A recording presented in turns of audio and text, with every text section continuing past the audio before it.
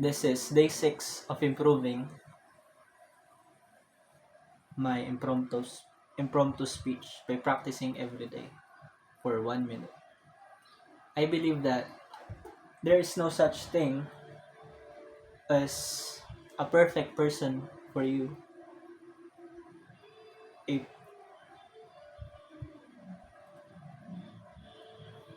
or someone who will be completely in sync with you, because a good relationship is built through a lot of communications, and it is not found.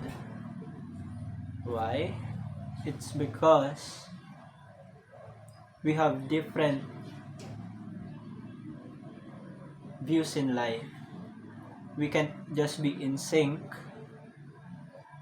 and that's why you should stop finding the perfect one or your ideal guy.